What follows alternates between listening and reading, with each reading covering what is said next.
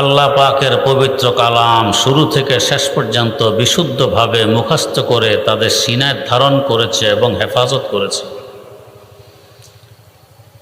আল্লাহ পাক তাদের উপর খুশি হয়ে নিজের হাফেজ টাইটেলটি এদেরকে দিয়ে দিলেন। বাস্তবে হাফেজ ছিলেন তিনি, এখন জগৎবাসী বলে এই ছেলেটাকে।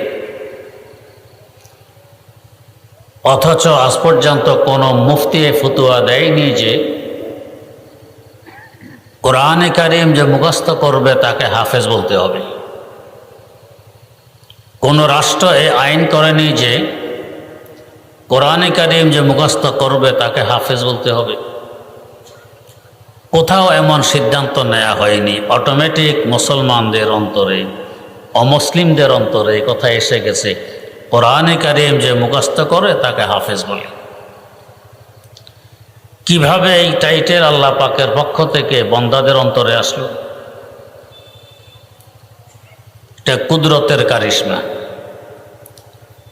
হাদিস শরীফে আছে, যদি আল্লাহর কোনো বান্দাকে আল্লাহ পাক ভালোবাসেন,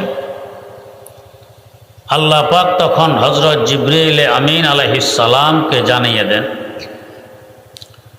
ও জিবরিল আমিন, অমুক বান্দাকে আমি ভালোবাসি, অতএব তুমিও ভালোবাসো। হযরত জিবরিল আমিন তখন ওই বান্দাকে ভালোবাসতে থাকেন।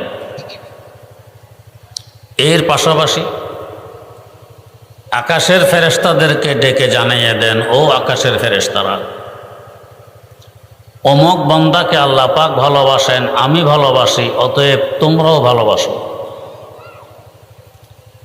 আকাশের ফেরেশতারা তখন ওই বান্দাকে ভালোবাসতে থাকেন এবং